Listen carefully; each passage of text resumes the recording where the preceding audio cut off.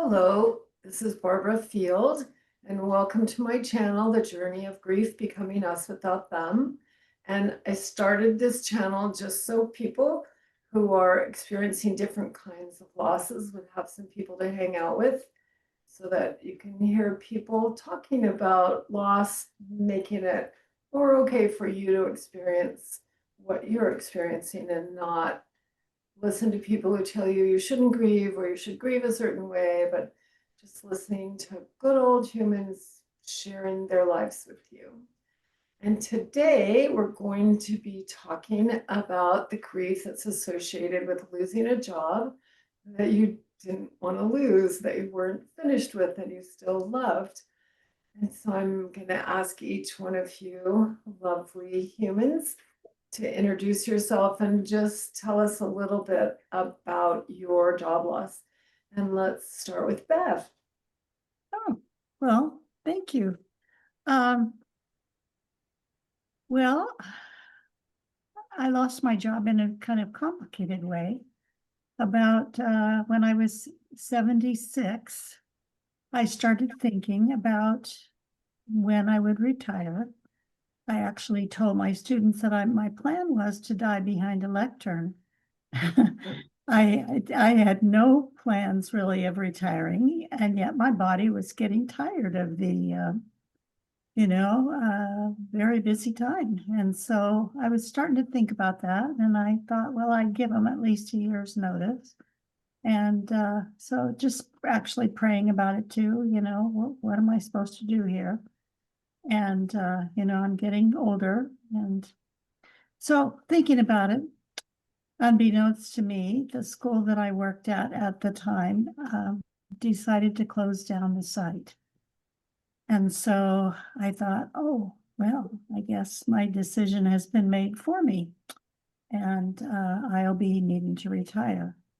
So actually, if you can have a good situation like getting laid off, which is really what happened, I got to experience that slowly over time.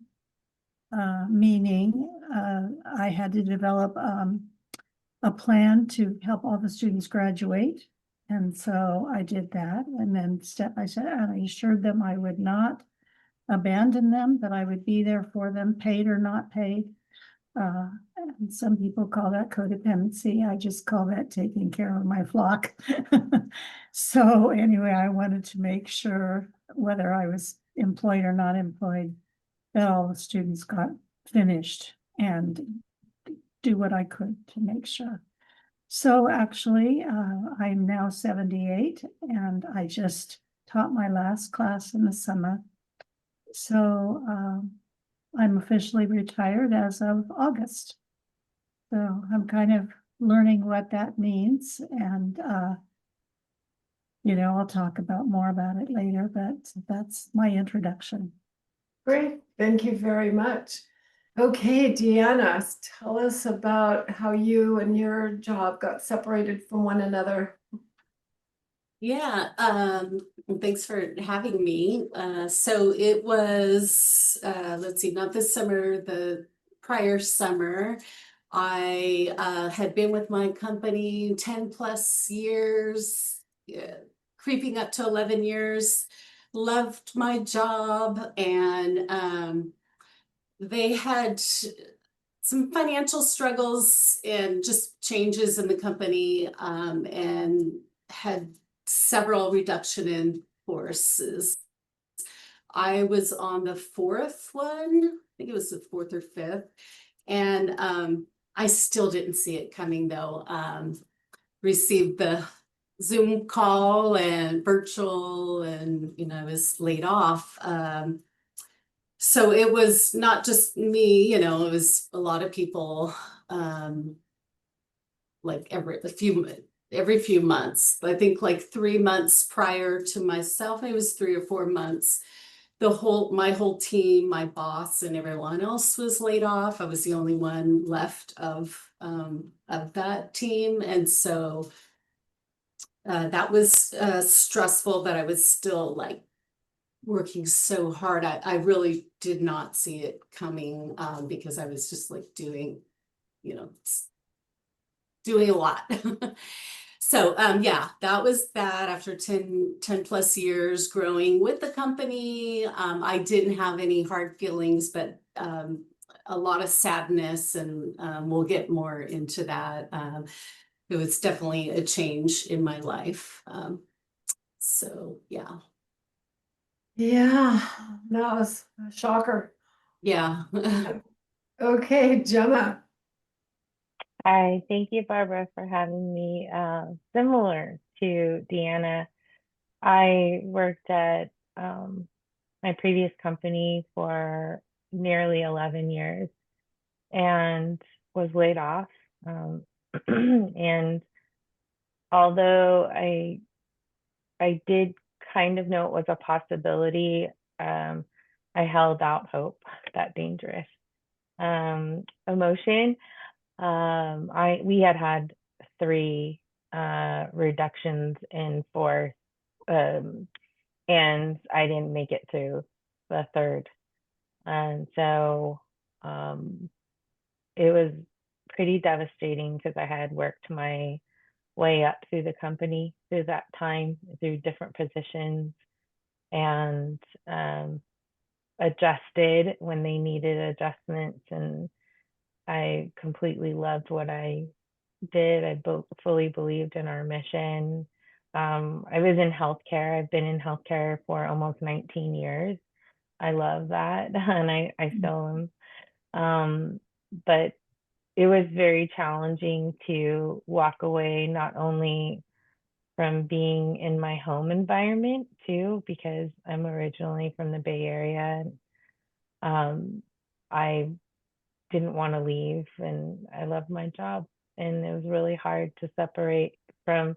I had great colleagues, and we all experienced a little bit at a time too. It was like, well, I liken it to musical chairs a little bit, because with each reduction in force, there were less chairs. And by the 3rd round, there wasn't a chair for me. And so that's that. So that's kind of the background of my layoff. That was really devastating. That's a great visual of what that's like. Yeah. Wow. Okay, so I asked each one of you to think about sort of a part of this whole job loss grief that you really wanted us to talk about in particular. And so, Bev, how about if you start us off? What is it that you really want people to know about what's happened to you? And hopefully it will help them be able to talk about what's happened to them. Yeah, well, thank you. I guess admitting that I'm the age I am and that it's time to end, I see it not as a job loss, but as a career loss. I have been teaching since I was 15 years old. And I taught piano lessons to young little students when I was 15. By the time I was 21, I was teaching at a college level. I had gotten my master's degree at 21. Then I got a second master's, and then I got the PhD, and then I, went on to teach at a 4-year college level, and then I ended up directing a master's degree program, and I absolutely loved it. Teaching has been my life since I was 15. And so I've lost a career. I'm not teaching anybody anything right now, and probably won't be. And it just feels very odd because every part of it I really, really enjoyed. I mean, I absolutely loved. I love building things, and so when something doesn't exist and I think it should, I like to build it and make it happen. And so I was able to build the psychology department at William Jessup University. And it's fun to make something out of nothing, you know, and it's really fun for me to watch it thrive now. And I did a lot of building when I was at Western Seminary too, my latest employment. So I've lost a career, and that feels, I'm going to cry. That feels kind of hard, you know, that that's not what I'm doing anymore. Actually, what has struck me is Eric Erickson's 8 Stages of Man, and the stages of generativity versus stagnation, and then the stage of integrity versus despair. And so I have moved from generativity, lots of generativity, and making things happen and contributing and being part of growth and development of both institutions and individuals. And I'm moving past that now to integrity versus despair. And so I'm feeling the obvious feelings of looking back over my life and feeling good about the contributions that I did make. At the same time, there are days when I feel kind of despairing that I'm not doing that anymore, and that I need to let go, and I need to take a back seat and allow my students to carry the vision forward, you know. And so those are the things that I'm going through right now, that vacillation between integrity, which is integrity in Erickson's definition means integrating. So integrating what I did and feeling good about it, and at the same time feeling sad that it's over. So I think that's about all I'll say. Let somebody else chime in here. Yeah, that's really a gaping hole. It's not like going from one job to the next. It's going from one entire version of yourself into another entire version of yourself. And this one doesn't really have a whole lot to do. Yeah, exactly. Yeah. It feels it's an interesting phenomena to wake up in the morning and say, well, what am I going to do today? You know, time is very, very different. There's always tomorrow. It's easy to put things off where, you know, there's no structure. You have to create the structure. And so I'm just into this a few months here. So I'm learning to create my own structure. Wow. Completely. That the name of the channel is Becoming Us Without Them, whether Yeah. it's your job that was part of your them, Yeah. now becoming you without your job after decades of having it. It's really, Yeah. really hard. I taught for 55 years. That's a long time. It is.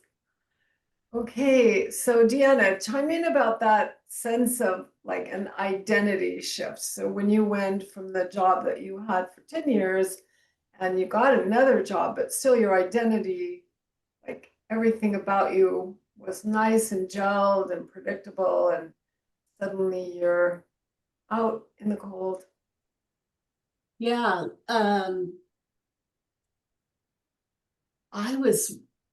I took my time to find the right position.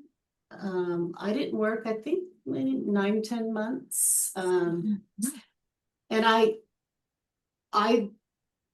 had like friends that had businesses. I didn't want to just take a job to take a job. Like, I genuinely knew I didn't have 100% to give, and that is not me just to like go through the motions. So I definitely could relate to the identity. I didn't realize how much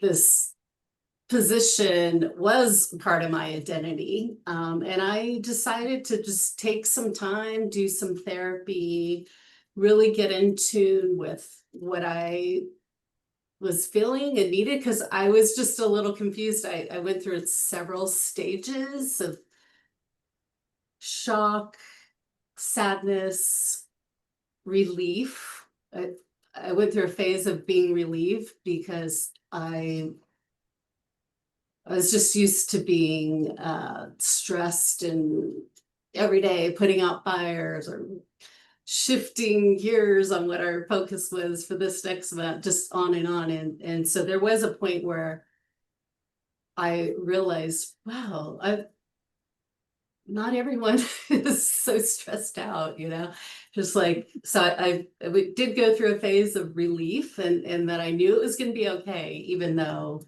I had no idea what I was going to do. Luckily, I decided just to take the time and use my savings, and praying, and it's all going to work out. So what I wasn't sure of is what I was mourning, or because people I would talk to that were in similar situations were, they had this anger or bad things to say. I really had nothing bad to say. It was not anything about me. I wish I could have been mad about something, because I know how to do anger. But this sadness is, like Bev, when she brought it up, because I remember that feeling when it's so fresh. It was just a true mourning. So through my therapy and different things that I did, I realized, it was the people. It was, I was putting all of this identity of myself attached to that position, but it's all things that I have done in other positions or that I could do in the future. So I learned to just, unattach from that, but to mourn it. And also, like so many great things with the team of this mental health company, like we just accomplished so much growth, and it was just amazing. But what I realized is I could do that again. And it could be my personal life, it could be another company, there's so many other things. So I was really open to figuring out what my next gig was going to be. And I really didn't put a timeline on it. I took my time. I did different types of therapy. I started, as I would realize different portions that I was mourning, and then like I remember Gemma inviting me to some networking events, because it wasn't just the people at my company I was mourning, it was also this whole outreach and community relationships that I was mourning too. And so step by step, once I figured out what was going inside, then great friends or people like Gemma would invite me to things. So just going to part of that. And then just maybe 8 months into that, and I was not just sitting around for 8 months, like I organized everything possible in my house and helped everyone else in there, like I did a lot of things. I did some traveling and camping, and I took the time, like, because I was such a workaholic, to do all the things that I figured I have the time to do. And let's see, I'm kind of like going from one subject to the next, but I guess, that was it. I needed that time for all of those years to figure out what it was I was mourning. And luckily I got to do that. And I would see job postings and things, and I just was not interested. I was attaching like just a high quality of mental health and to what I was gonna like be attached to. And then And then one day I just started getting excited about things that I started reading job postings. So I think it was just, I wasn't even capable of like hearing it or seeing it until then. It seemed like one day, then there were a couple opportunities that I really felt excited about. And so it was like, okay, I'm gonna go for this. And yeah, now I'm in a better position that I was before. I love my job again, very similar. But mental health and addiction for adolescents. And it's when I look at the big picture, it's like, okay, this is where I'm supposed to be. The passion that I have now is like, when it has to do with kids, you're like, just, yeah, I'm really thankful that I was laid off. I would probably still be working there and completely stressed out. And no offense, everything that I did, I allowed myself to be stressed out and how I Yeah. worked too many hours and all this stuff, but it all worked out. And it was super hard, and there's a lot of different things I can tell you about it. But when I think about it now, I'm like, thank you, God. Thank you that Yeah. I went through all that. That's great, Deanna. Sadness. Okay, how about you, Gemma? How about that part of loss of identity? And because you too are still in the same industry, and yet a big old part of who you were in that job got taken away. Yeah. Um, I too, like Deanna, really, I think a big part of my grief was about the community that I was working with at that time. And then, reflecting on who am I without those people, either the people that I was helping directly with coordination of care or the providers.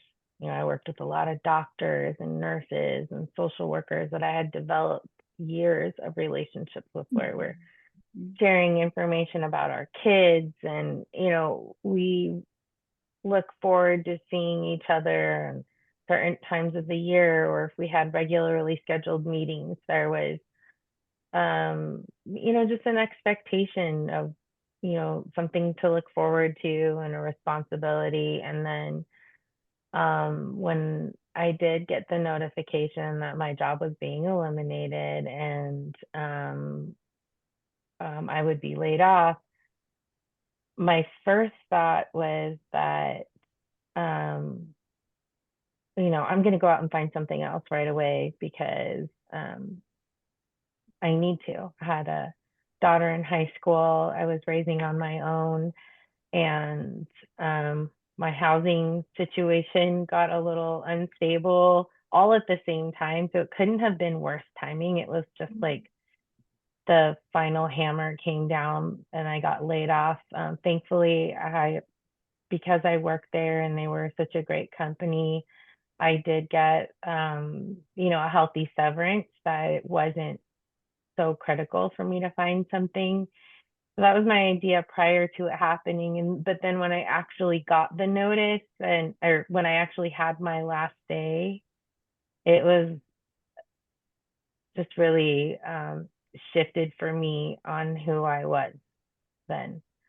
I had worked my way up, as I mentioned, through different positions, and I was in a groove, and I felt alive, and I felt very purposeful in that it was fulfilling me and I was helping others, and it just gave me the fuel. And then I thought, who was going to, who am I now? Without that role in my community and with others. Another piece of it was like, just like I think any grief, where you stand around and you're like, everybody's just going to keep acting like everything's normal. Everything's not normal right now. Everything is just completely messed up, because of, my own little, the world does revolve around me, just like it revolves around all of us, right? Because we're not able to put ourselves necessarily in someone else's shoes, but we can definitely empathize and imagine what it's like. But during that time of it was a lot of fear, I would say, because I had the responsibility, and also for me in particular, it touched on things from my childhood of insecurity, financial insecurity, things like that. And I thought, oh gosh, I've got this daughter to take care of. She's in high school. Where are we going to live? What are we going to do? Because everything costs money. This is going to run out. Am I going to find something that I feel like a little bit of imposter syndrome too really crept in when I started that job search. That started to get really heavy for me to have the energy to look for a job. I thought, for anyone that's not as familiar with imposter syndrome, my experience with it is just really feeling like I somehow don't belong or don't deserve what I earned, the role that I had been in. Like maybe somehow I fell into that role by mistake. So who will ever choose for me to do this role again? Will they really know that I can do it? I can speak it, but will they believe me? Which is all having to do with the way that I feel about myself. But I think a little bit of that is natural for anyone experiencing such a big change. So for me, that was something that pretty much, laid me on my back, literally. I didn't want to move. As I started to lose the fuel to keep looking. And then, I did about 2 seconds of that because I just couldn't. And then I signed up at the community college down the street just to get myself out of the house for classes 4 days a week doing exercise, because I had a gym membership, but there's a part of me that if I didn't have to report to anybody or not let anyone down, if I'm just doing it for myself, I wasn't doing it. So if I had an instructor that told me, hey, you got to be here. If you get so many absences, you're out of this class, right? I needed that. And so I signed up for a soccer class, which I'd never played soccer in my life. And I was the second oldest person there. The person older than me I think he was 67 or 71. He was in that range. And then there was me. And then the next oldest person was, I think, 24, So I was the second oldest in the class, but I loved it. They embraced me. I was able to create a small little micro community for 12 weeks. And it gave me enough to start that search again. But it was really, really challenging. I had at least that to report to 4 days a week. Of course, my daughter, of course, being accountable to her and what her needs were and being supportive. But I was really lost as far as like what to do, who I am and my value, even though I know I was valued with my company and it didn't have anything to do with my performance, but it still felt, I felt weak I'll say that, to approach the job market again because of that loss of that structure and community around me. Yeah, that is really like a great segue into that idea of imposter syndrome. There's nothing like having your life ripped out from under you to expose unprocessed trauma and loss. So whoever we were to begin with, we may have actually slapped a job on top of all those unprocessed trauma and loss. And now I'm going to perform and I'm going to work really hard and I'm going to be good enough. And if I'm in an industry that affords itself to that, where the more I do, better people like me and the more I accomplish, the more the accolades, I can really outrun that unprocessed stuff. And when your life gets yanked away, whether it's when my husband died or when your jobs died, there you are. Wow, there's me. And so your communities that you had built up over the years, I mean, it's like they say, they used to say in prison, they don't tell the whole joke, they just say the punchline and everybody laughs. Well, it's like that. Your car knew where to park. People knew you. They really got you. They admired you. And suddenly it's just all gone. And so let's talk a little bit more about that underlying work that we suddenly have to do. Like Deanna said, well, I'm going to therapy.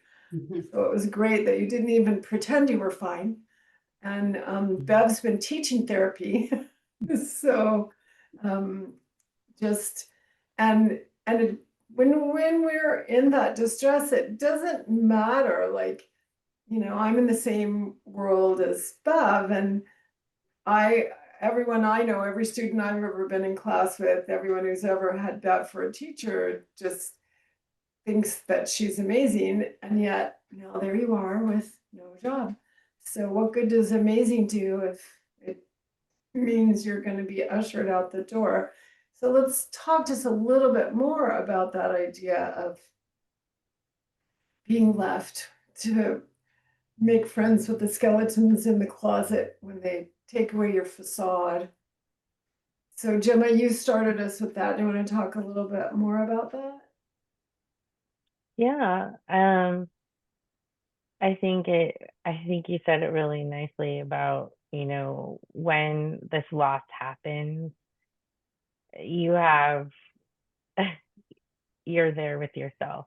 There isn't someone to grab you or to go with you along it. I mean, if you're experiencing a loss as a family, you may have family members, but with this particular type of loss, like your job, it affects you and it's lonely. And I think that the adjustment period can be a long time to I mean, it can be short, but it can be long depending on, I feel like, your relationship. Like I think like with Bev, for example, being a teacher for so long, like I would feel like how I felt that if you're not contributing in that way, what do you have left to contribute? I mean, it's like so much of your life, and not that you feel like that's your only value, but maybe it was your most your perceived highest value, right? And then you're left with, okay, well, I started to try and search for myself, and I think probably Deanna did too, of what other things do I bring value to? What do I personally value as well? Because that also shifts without the distraction of going to work every day. You're looking around. Yeah. So for me, I guess I would say that that was a big shift on how I reflected on myself. It wasn't good at first. I'll be honest, I didn't like what I thought about at the beginning, right? And because I was so focused on helping other people, and then when I needed to help myself, I was sort of fixated on a little bit of unworthiness, and I think that really can stagnate your growth. And I mean, for me, it did, until I tried to get rid of that. It kind of, I think, in my opinion, right, we're on a journey of growth until we're not here anymore. And it really stunted me at that point. And my experience after that, just to add, I kind of had grief on top of grief, because not long after I was laid off, I guess I started to work again about 7 or 8 months later. And then I had another role for just a year and was let go from that job. Very quick turnaround. And I had moved cities for this new job.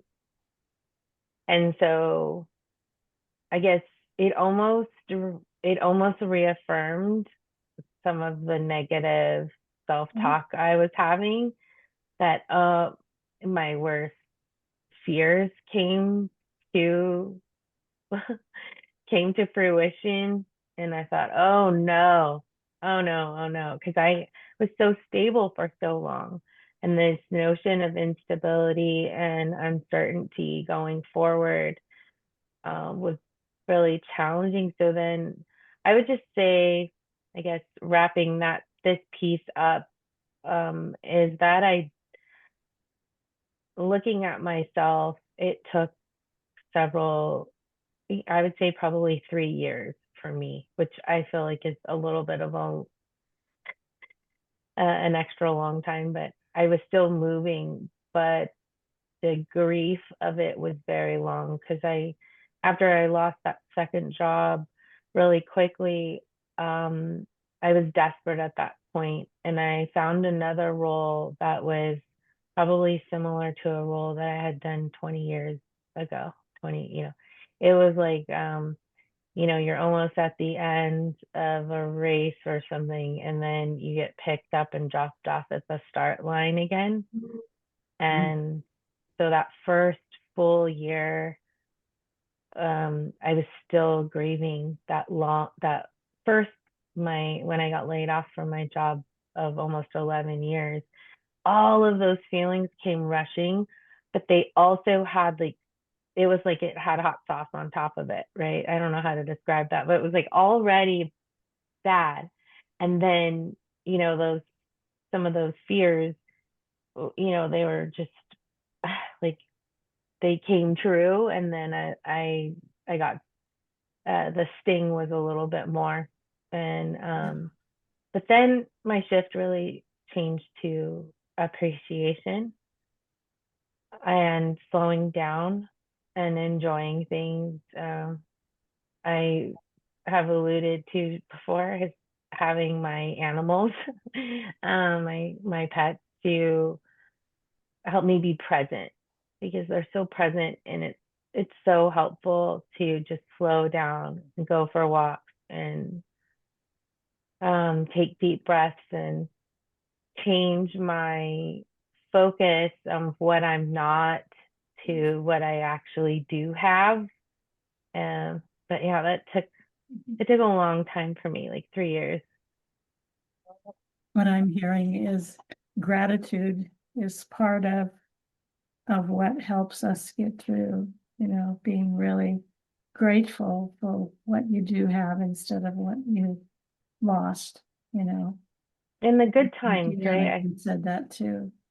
The good times that I had with those relationships that I shared earlier, even though they're not a part of my current day-to-day, they can't be taken away from me. Those embraces, those smiles when I walk in the door, those never, they didn't turn into frowns. They just were gone, and they weren't happening anymore with those particular people. So I did create a new community, which I'm grateful for, like Barbara and Deanna. They're my new community, and I get to see them and support them. I was grateful that, Deanna, I was there for Deanna during her time, and I knew exactly, the scenario, because of us both having long-term employment and losing it. And I tried to make sure I kept continuing to reach out, but I also knew you kind of need to do it your own way. So without calling every day, Deanna, what are you doing? How are you? There's a lot of different emotions that come up. Yep, absolutely.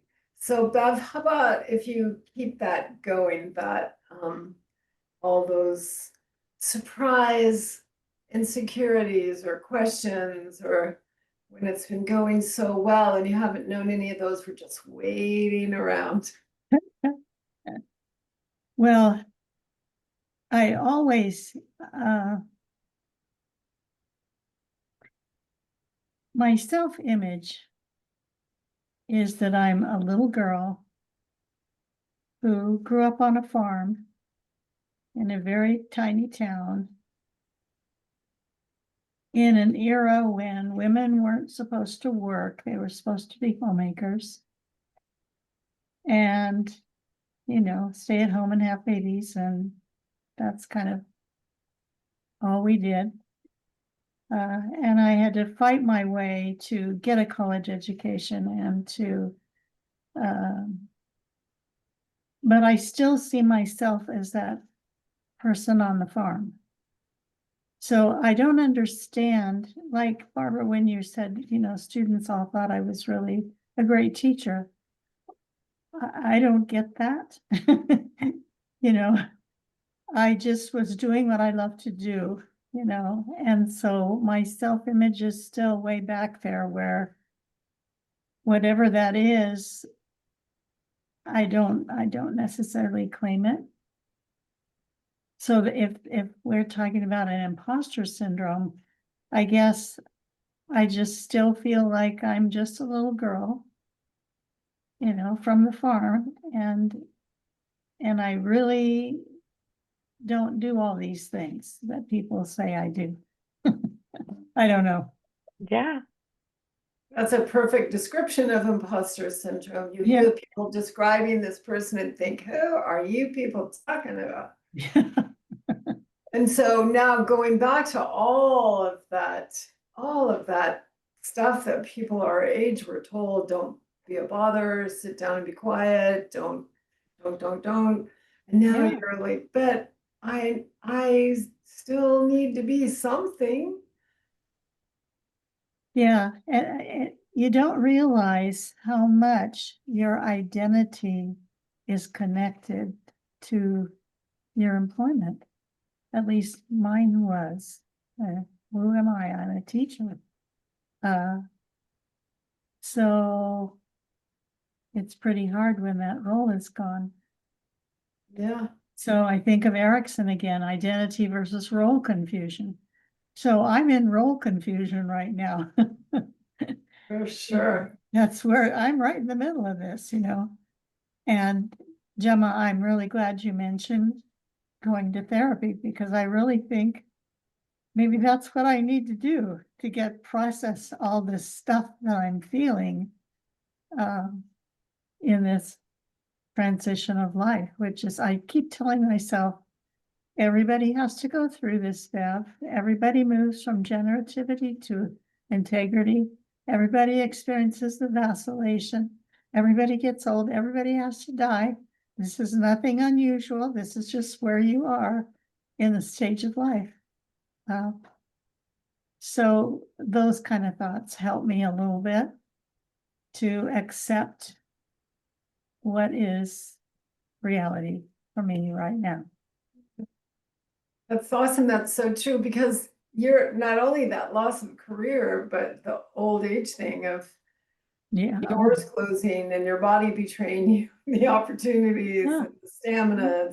So like Gemma said, losing 2 jobs, you're like losing yourself as a professor, but you're also losing yourself as a young person.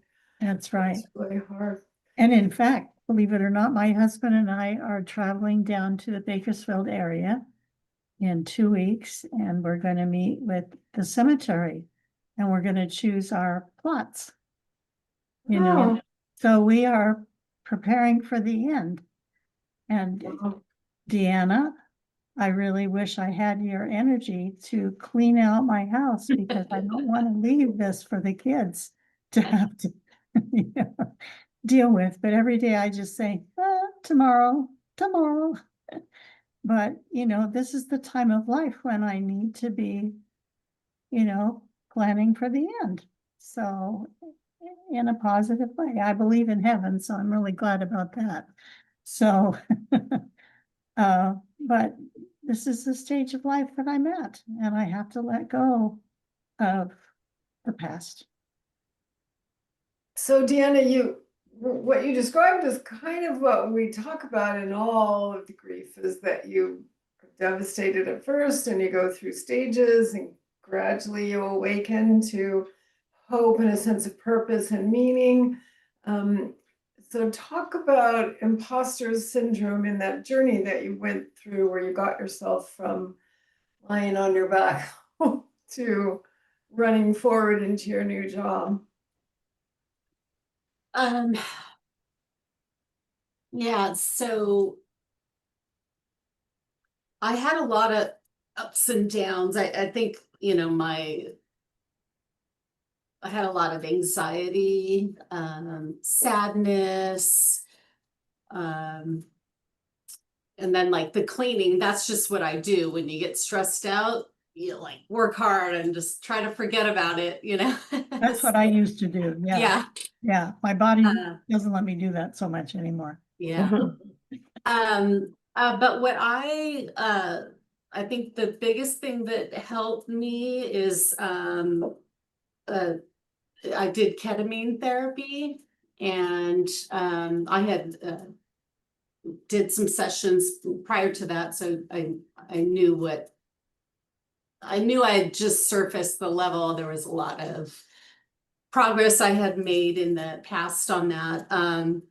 But in that, I was able to like see all these happy times of things and see myself being successful and doing all these things I even forgot about, pop-ups. And then I would see myself in, another session, some really humbling times of things in my past that were not the greatest times in my life, but I was able to like see it through, that I got through that. And then, with each session, you're journaling and you're have intentions, and it's a lot to it, not just the one session. But I had a lot of different themes, and then each week I would just be like, okay, what am I going to attack now? But so I am thankful for the ketamine therapy that worked for me, along with all the hard work that I had to do with it, and just trying to figure out, I guess part of it is the imposter syndrome or anxiety of, when you have these, when you listen to your brain telling you, dumb things. But I didn't let that go too far. I would catch myself and do a lot of self-talk, like I have for so many years. I've bought like every book there is to work on that kind of stuff. So I think really the biggest part of it was like revisiting all these beautiful moments that I had, or just really tough things that we accomplished at that company. And it was just great. Like I could let it go. It didn't mean that that's it, like I saw myself moving through, okay, great. And then I saw other things and other things. And it's a little hard to explain ketamine therapy and like visions you have and all of that. But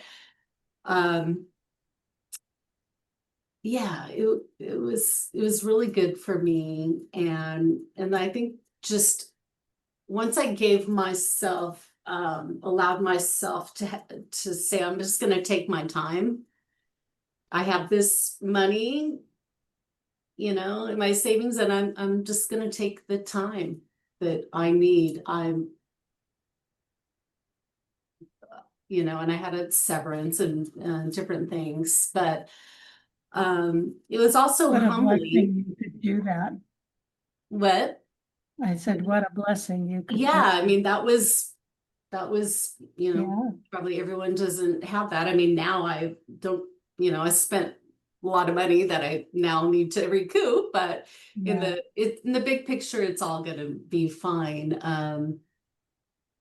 And I'm thankful that I spent that time on my mental health. So then I actually, I mean, I'm sure always, like even now, Gemma and I were just talking, yeah, we need to get back into therapy and just different things, because it's not something you wait really to, till something terrible happens. Like, I think just it's something I need to incorporate in my, life when things are good too, you know?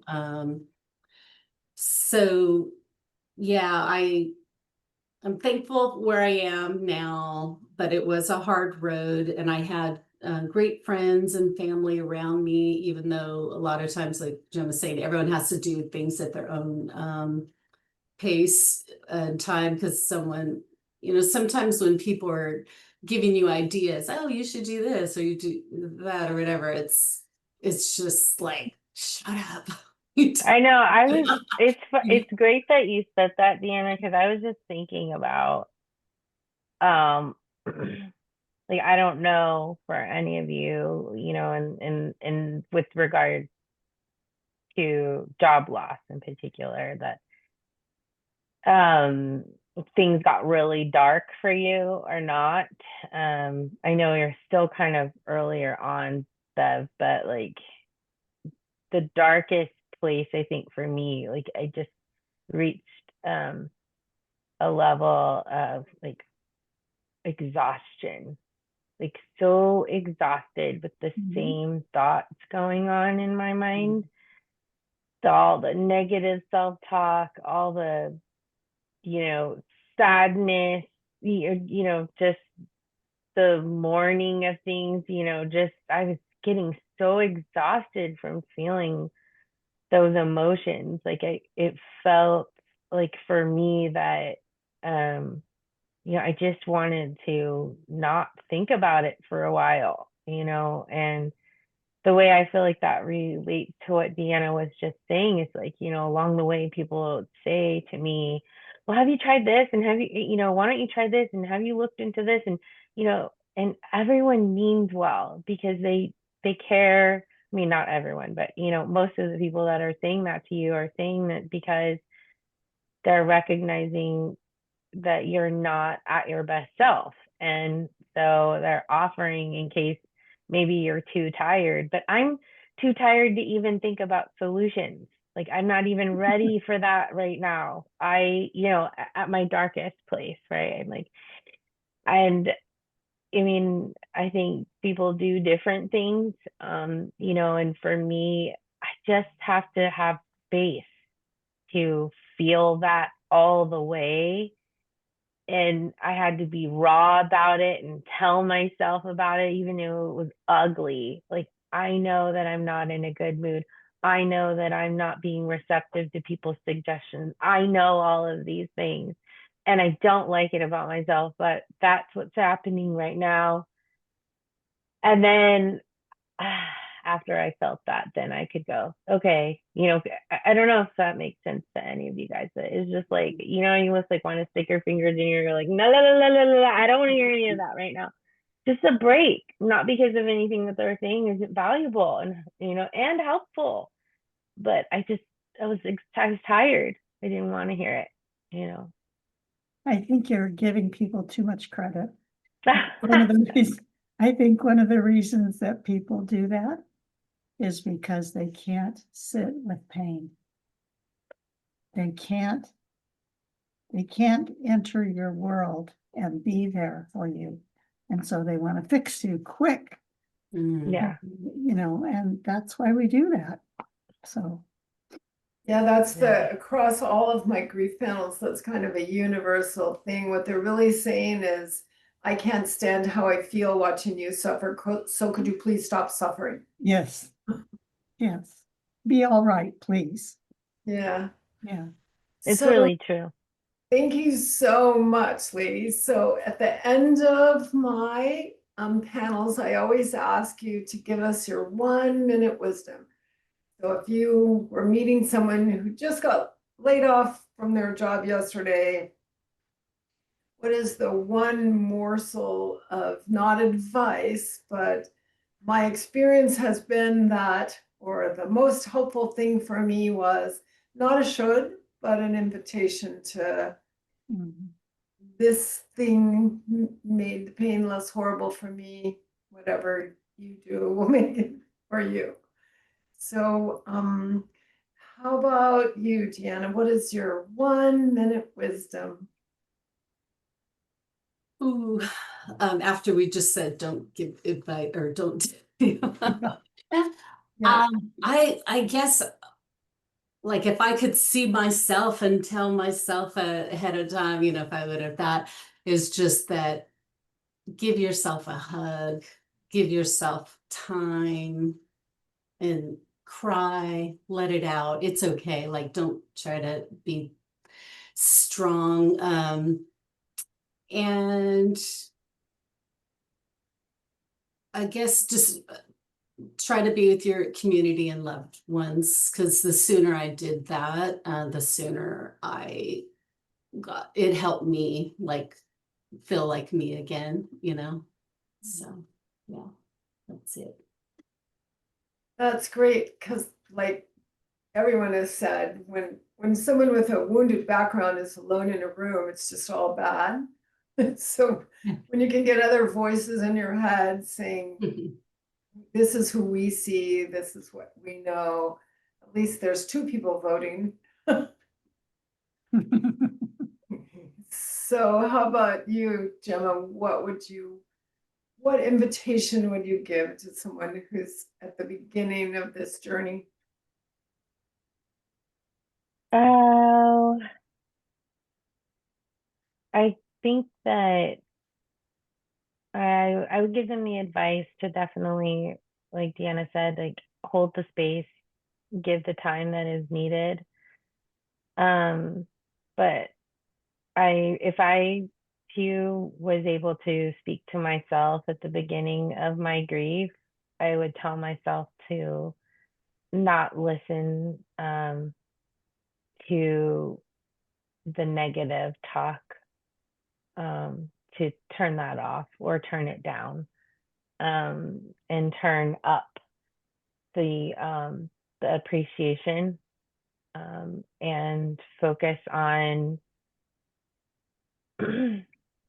what it is that ultimately that I want from my life, not necessarily for my next role or what I'm going to do next Thursday, but decide at, whatever, even if it's a shorter term goal, that I focus on that instead of the negative thoughts about myself and of the past. So, because that really helped me to say, okay, I'm done with that now, because I want to, have a vacation, or I want to, give gifts to my family for their holidays and birthdays and things like that. And that will require me to be stable. And so I want to be stable. And so I don't know, that's not very emotional, but that helped me in the initial stages of it, till I got a flow.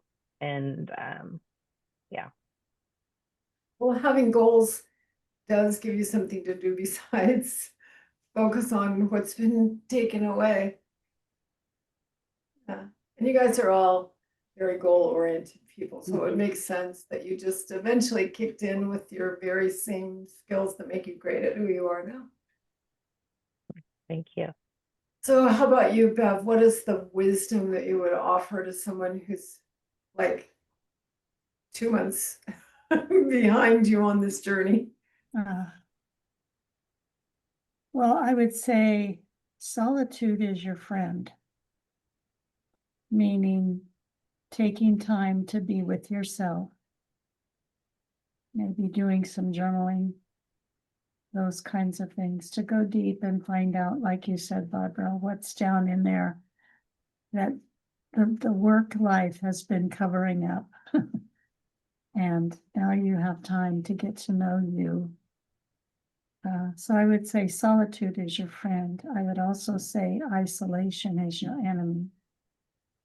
I think this gets at what both of you guys said, Yeah. that community, but not just any community, community with people who can be with you in the pain of this and allow you to be right where you are.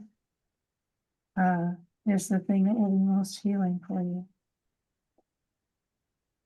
So there's a difference between solitude and isolation. Yeah, and can you say a little bit more about that? Because that's such an important point. The difference between Yeah. pulling the covers over your head and not wanting to come out and giving yourself permission. And you're going to have days like that. So For sure. let yourself do that too. But isolation is when you're running away from people rather than allowing them to sit with you. And it's going to take a special community. And you guys, you 2, 3 in the mental health professions, we've got a community that is trained to sit with people instead of advice give, And so the neat thing about it is that we can still tap into that community and let them be with us. Sometimes we don't like people to see our pain. Yeah.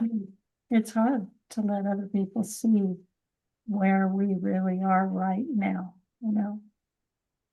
But hopefully, if you have a good quality community, and sometimes you have to build that in the midst of what you're going through if you don't have a good community. So I totally agree with that. I think that for me, I was just so programmed by my family that grown-ups are not helpful. yeah. And they're just waiting to just show them your weak place and see if they don't chew it off. So the being able to have those needs, be weak, be frail, be incomplete, not have all the answers, not have all the solutions, all of that, just with periods of like feeling ashamed and then going and getting help and then thriving in that help and then feeling ashamed. And so that self-recrimination of it's been an hour and a half since my husband died, I should be fine.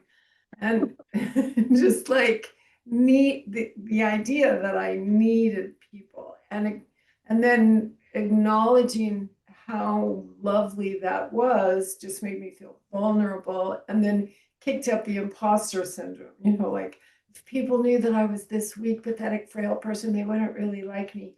And so for me, what I would say to people is as quickly as you can, jump back into the community that you do have and figure out which people can sit with you in your grief and which people can't. And it's okay, you can hang out with them for something else, but having some people who are just okay with, and in a job loss situation, finding people who don't say, well, just go get another job, but who can help you grieve. That's those relationships and that schedule and those expectations, just knowing who you are every single day. And then suddenly all of that is gone. So we had a couple of weeks ago, there was a marketing thing. And it just seemed to be a lot of us who have known each other a while and really like each other. And I had this coolest family reunion experience at that place. And I don't get out to those as often as other people, but kind of a granddaughter window opened up and just having everyone say, oh, Barbara, and just really be glad. And me to be so glad and feeling the depth of those connections and realizing, wow, all that time I was grieving alone, here was all of this richness available to me that I just didn't let myself go get. And it just reinforced for me that idea that all grief can be mitigated by connection to human beings, and most grievers won't go get it. Mm, So that would be my thing, is to say, yeah. back I to agree, Barbara. people. Let your people love on you. Amen. Yeah. Okay, well, thank you. It's been so wonderful seeing you all. And I'm always, always so honored that you share your experience so honestly and openly, so that other people get a chance to hear that what they're going through is okay, and that what they need is okay, and that they can get all the way to Yahoo, I have another job, and just be glad about the future again. And so I'm just gonna turn off the recording